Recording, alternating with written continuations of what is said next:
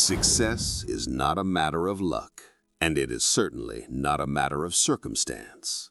We have spent chapters discussing the mind, the strategy, and the system. We have mapped out the logic of the greats. But there is a hidden dimension to achievement that no spreadsheet can capture. There is a raw, vibrating energy that exists in the pit of a man's stomach, a hunger that refuses to be silenced by the cold reality of no. Most people are walking through life like the living dead. They have allowed the world to beat the dreams out of them. They have accepted a life of good enough because they are terrified of finding out what great actually feels like. They are waiting for a permission slip that is never gonna come. But you are here because you know there is a giant sleeping inside you. You feel a pull toward a version of yourself that you haven't met yet, a version that doesn't care about the odds. The world will tell you to be realistic. The world will tell you to play it safe, but the world didn't give you your dream, and the world cannot take it away. Greatness is not a mountain you climb, it is a fire you feed. And today, we are going to turn that spark into an absolute inferno. Because if you want to win in this life, you can't just be interested. You can't just be involved. You have to be hungry. History is written by the victors, but the most powerful stories are told by the survivors.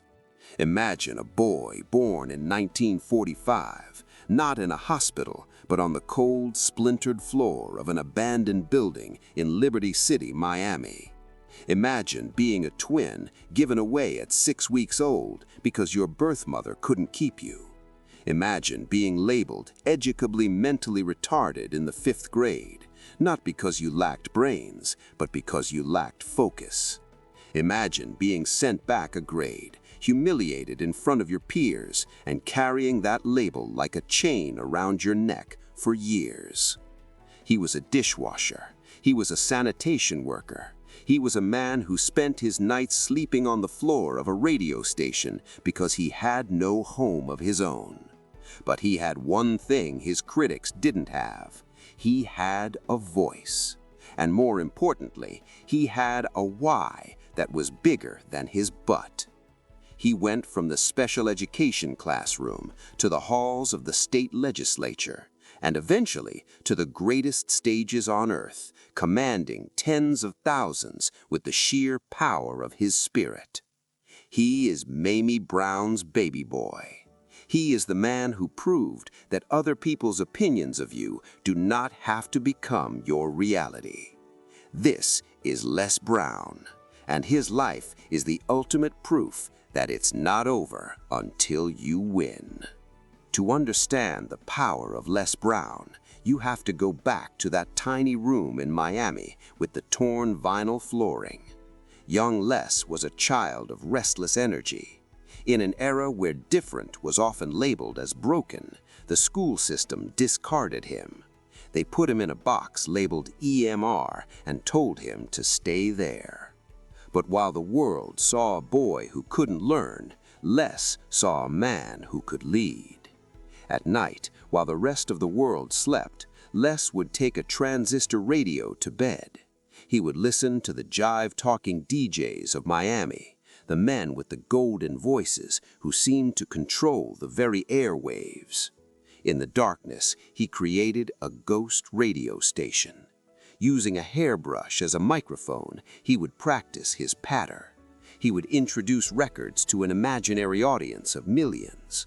His brother and his mother would shout through the thin walls, "Les, shut up and go to sleep. Quit flapping your jaws." But he couldn't stop. He was in a trance. He was visualizing a life that hadn't happened yet. He was building his success identity before he had a job. He was proving that the first step to greatness is the ability to see yourself in a way that the world refuses to see you.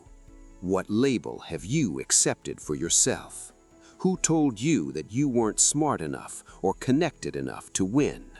Most of you are living a life that was designed for you by someone else. You are walking around in a suit of armor made of other people's limitations.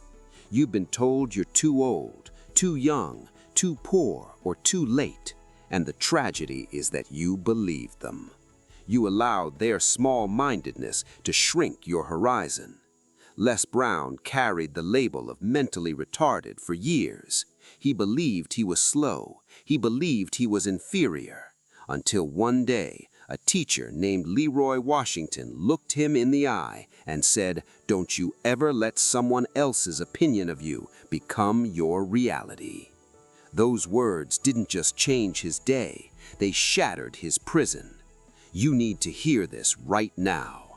You are not your past. You are not your mistakes. You are not the grade you got in school or the number in your bank account. You are a repository of untapped potential. But as long as you agree with your critics, you are a volunteer in your own victimhood. Break the label. Stop asking for permission to be great. When Les graduated high school, he didn't go to college. He went to work. He became a sanitation worker, mowing grass and picking up trash for the city of Miami Beach. But the dream of the radio station never died. One day, during his lunch break, still wearing his grass-stained overalls and a straw hat, he walked into the local radio station, WMBM. He marched into the manager's office and said, "Sir, I want to be a disc jockey." The manager looked at this disheveled young man and asked, "Do you have any background in broadcasting?" Les said, "No, sir, I don't." The manager laughed and sent him away. But Les Brown wasn't normal. He came back the next day, and the day after that, and the day after that. For a week, he showed up like a ghost in the lobby. Finally, the manager, out of sheer annoyance, gave him a job, not as a DJ, but as an errand boy.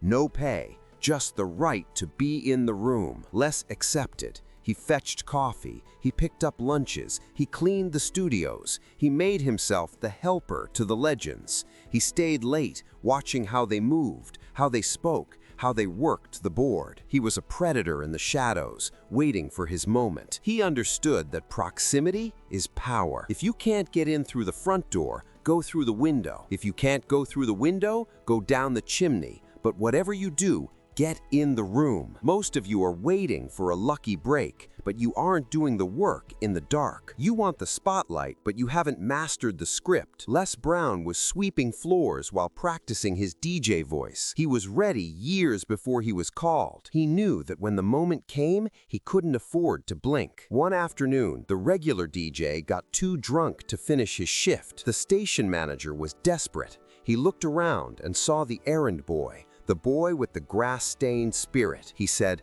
"Les, can you do this?" Les didn't hesitate. He didn't ask for a trial run. He didn't say, "I'm not sure." He stepped up to the microphone, and for the first time, the voice that had been practiced in the mirror for a decade rang out over the city of Miami. He didn't just play music, he electrified the air. He proved that when your why is big enough, the how will always show up. He proved that greatness isn't something that is given, it is something that is taken by the man who is too hungry to be ignored. Are you ready for your drunk DJ moment? Because it's coming. And the only question is, will you be sweeping the floor or will you be ready to lead? The moment Les Brown stepped behind that microphone at WMBM, a new philosophy was born. It wasn't just about being a DJ, it was about being an atmosphere changer. But Les knew that a single break doesn't make a life. It only opens a door. To stay in the room, you have to possess a quality that most people lack. He called it being hungry. Now,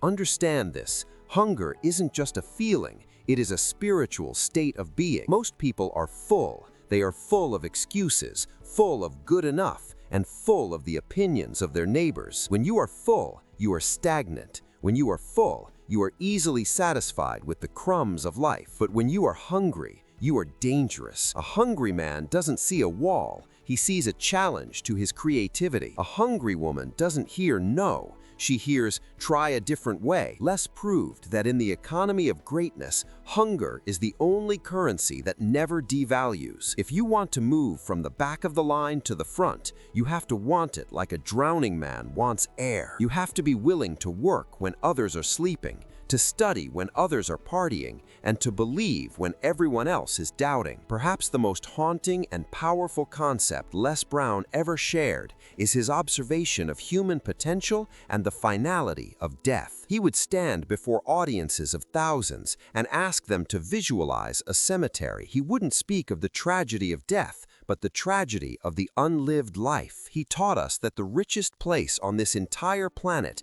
is not the diamond mines of South Africa or the gold vaults of Fort Knox. The richest place on earth is the graveyard, because there, buried under the grass and the headstones, are the ghosts of greatness. There you will find the oil paintings that were never painted. You will find the symphonies that were never composed. You will find the billion-dollar businesses that were never incorporated, and the cures for diseases that were never researched. All of that wealth is trapped in the earth, because the people who carried those ideas were too afraid to take a risk. They were too afraid of what their family would think. They were too afraid of failing. They waited for the perfect time, and they waited until the clock ran out. Les's message is a brutal wake-up call. Your life is a countdown.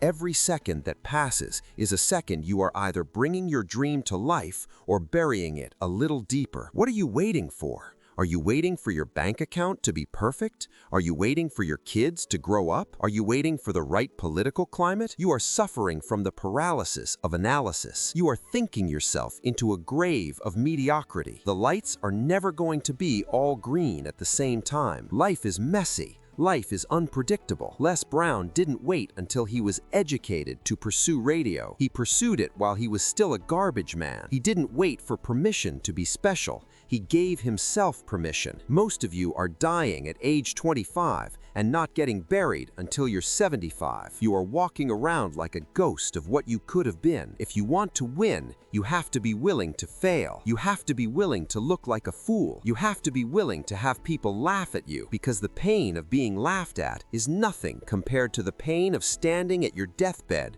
looking at the ghosts of your potential and hearing them say, "We came to you, and only you could have given us life, and now we must die with you." To sustain this hunger, Les Brown introduced a system of radical self-talk. He realized that the most important conversation you will ever have is the one you have with yourself. He taught that you must stand guard at the door of your mind. He discovered that the average person has thousands of thoughts a day, and the majority of them are negative, repetitive, and self-limiting. To counter this, Les developed a method of commanding the spirit. He would look in the mirror and declare his destiny. He wouldn't say, "I hope I succeed." He would say, "It's possible." Those two words became his mantra. "It's possible" is the bridge between a dream and a reality. It doesn't require you to know how it will happen. It only requires you to admit that it could happen. He proved that when you change the words you use, you change the way you see the world. You move from a problem-focused mindset to a solution-oriented mindset. You begin to attract opportunities because you have finally tuned your mental radio to the frequency of success. He showed us that you don't get in life what you want, you get in life what you are. Les also knew that you cannot become great in a vacuum. He introduced the principle of OQP, only quality people. He taught that your network is the thermostat for your success. If you run with 9 losers, you will soon become the 10th. He challenged his students to ruthlessly audit their friendships. Are the people in your life adding to your vision, or are they draining your battery? Are they dream killers who remind you of your past, or are they vision enhancers who push you toward your future?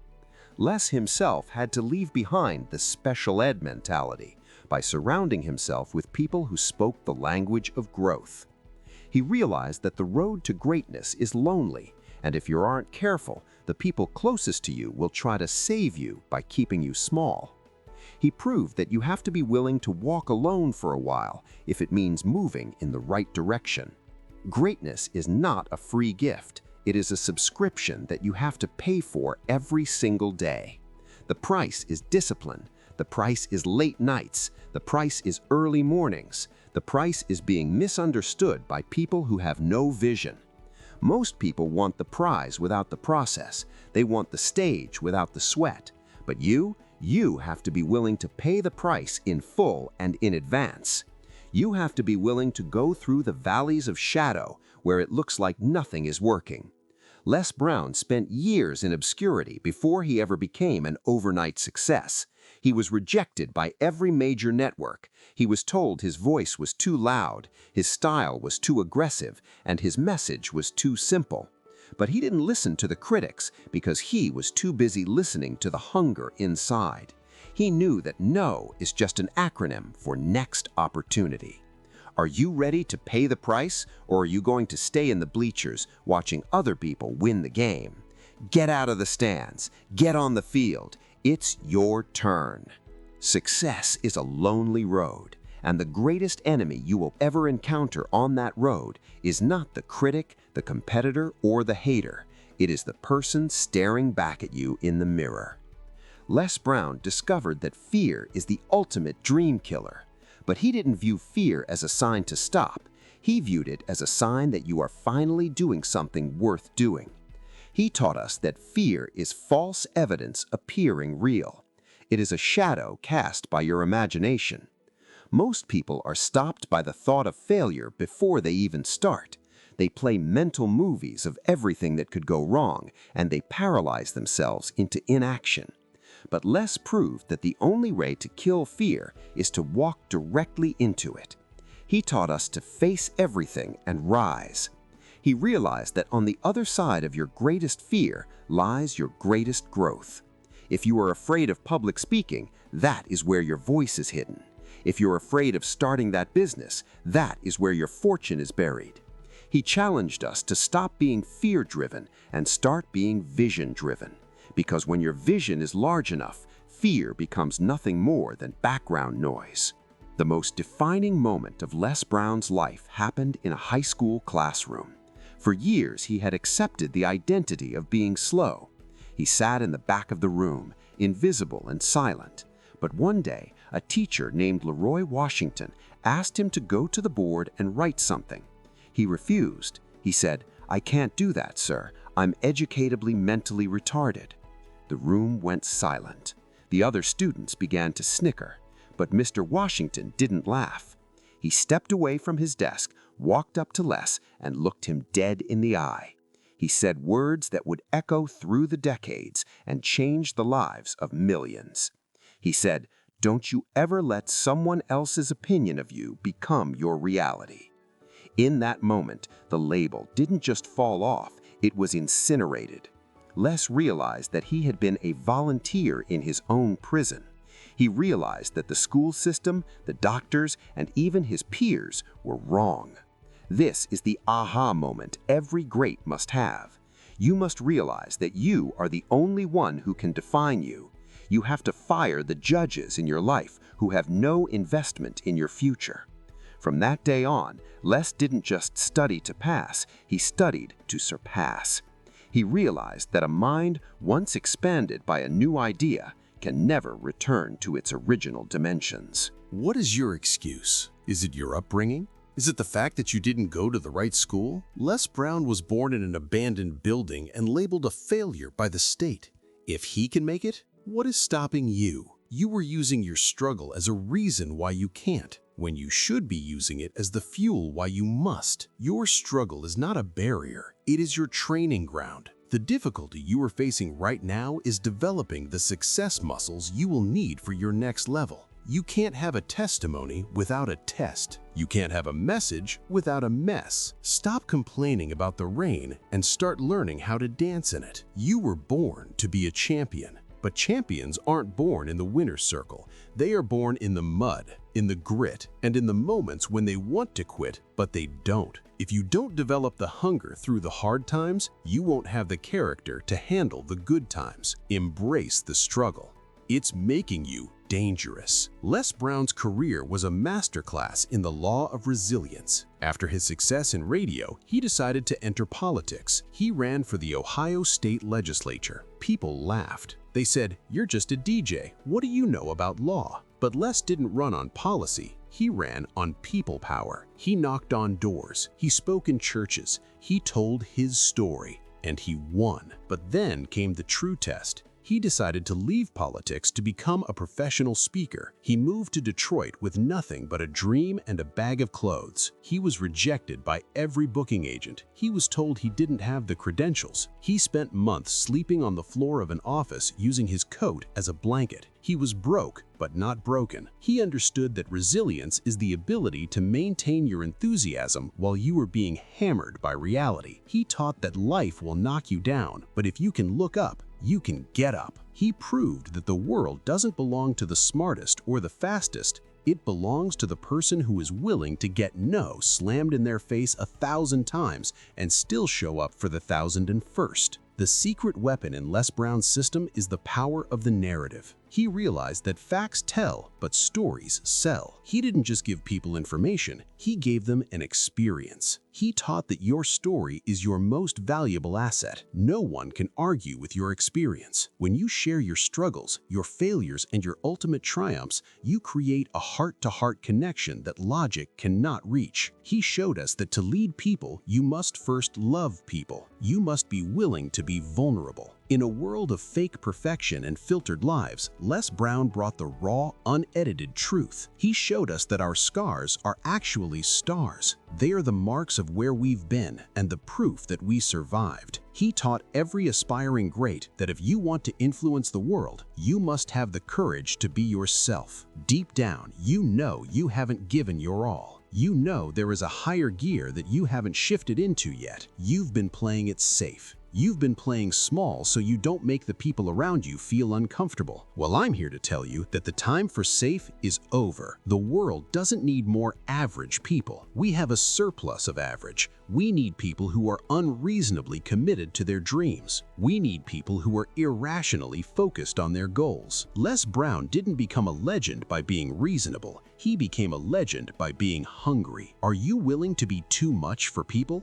Are you willing to be too loud for the critics? If you want to touch the sky, you have to be willing to leave the ground. It's time to stop trying and start doing. It's time to stop wishing and start demanding of yourself. You have greatness within you. Now, go out there and show the world what you're made of. If you want to understand the fire that burns in the heart of Les Brown, you have to understand the woman that gave him his name. Les was not born to greatness, he was adopted by it. Mamie Brown was a cafeteria cook with a third-grade education, but she had a PhD in human potential. She took in 2 twin boys that the world had discarded, and she raised them with a sense of royalty. Les often says, "Everything I am, I owe to my mother." He didn't work hard to buy a car or a watch. He worked hard to buy his mother a home where she could finally rest her hands. This is the final secret of the greats, the power of a transcendent why. When you are working for something bigger than yourself, when you are working for your mother, your children, or your community,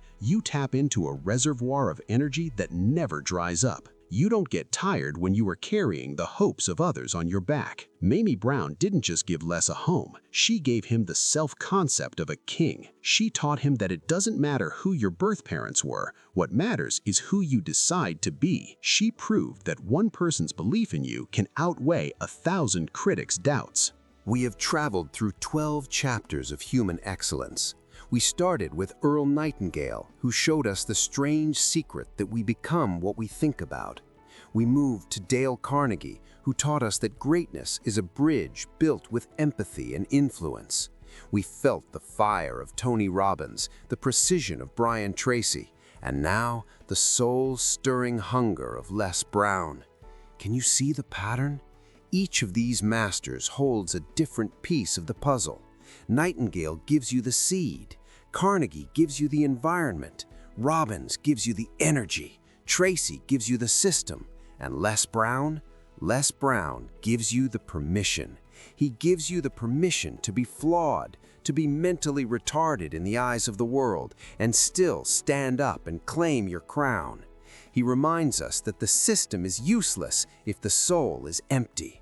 To be a world of great student is to be a complete human being, someone who is as strategically sharp as a CEO, but as emotionally raw as a poet. I want you to look at your life right now. I want you to look at that dream you've been hiding in the back of your mind, the one that makes you sweat at night. You've told yourself it's too big. You've told yourself you're not ready. Listen to me. It's possible. It's possible you can live your dream. It's possible you can break the cycle of poverty in your family. It's possible you can become the person you've always imagined. You don't need to know how yet. You just need to say yes to the possibility. Most people die with their dreams because they were looking for a guarantee. There are no guarantees in this life. There is only opportunity. Les Brown had to say, "It's possible," while he was sweeping floors. He had to say, "It's possible," when he was sleeping on that office floor. He had to say, "It's possible," when the doctors told him he had cancer and only a few months to live. He lived. He won because he refused to let the facts of his situation dictate the truth of his spirit. What is your possible today? As we close this chapter on Les Brown, we are closing a circle. We have moved from the strange secret to the hungry spirit. You are now equipped with the most powerful mental technology ever discovered. You have the blueprints of the billionaires, the mindsets of the masters, and the fire of the legends. But the knowledge is not the power. The execution is the power. Brian Tracy taught you to plan it. Now Les Brown is telling you to feel it. If you don't take action today, this entire series was just entertainment. But if you take one step, if you eat one frog, if you make one call, if you write one goal, you have officially entered the arena. You are no longer a spectator. You are a world of greats practitioner. You are the architect of a destiny that will be spoken about long after you are gone. The graveyard is waiting, but it's not for you, not yet. You have too much work to do. You have too many lives to touch. You have too much music to play. Get out of your head and get into your heart. Stop complaining about what you don't have and start using what you do have. You have a voice. You have a mind. You have the hunger. The road is going to be hard. You are going to get knocked down. You are going to be disappointed. You are going to have your heart broken. But when life knocks you down, you're going to land on your back. Because if you can look up, you can get up. And as long as you can get up, you can win. Les Brown did it. Tony Robbins did it. Earl Nightingale did it. And now it is your turn. Stand up. Speak up. Show up. Because you have greatness within you. It's not over until you win. This concludes Chapter 12, Les Brown, The Spirit of Greatness. You now have the fire. The next chapter will test your resolve. Subscribe to complete your journey into the world of greats. Stay hungry, stay great. We'll see you in the next chapter.